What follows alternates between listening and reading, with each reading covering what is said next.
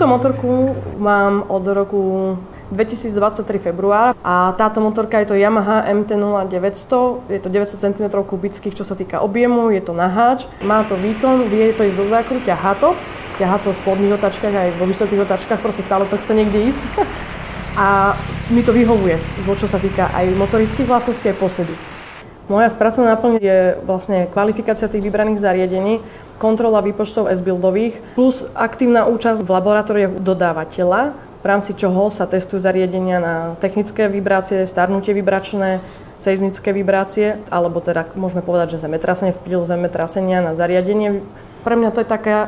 taká vízia do budúcna, čo ja mám strašne rada, je napredovať, čiže vzdelávať sa v technickom smere, robiť si školenia. Určite odporúčam, aby sa mladé ženy začali zaujímať o takéto technické smery a vôbec sa tohto nebáli, pretože to nie je nejaká prekážka alebo problém, len môže to tak sa niekedy zdať, ale je to určite dobrý smer, ako napredovať a posunúť sa v živote ďalej.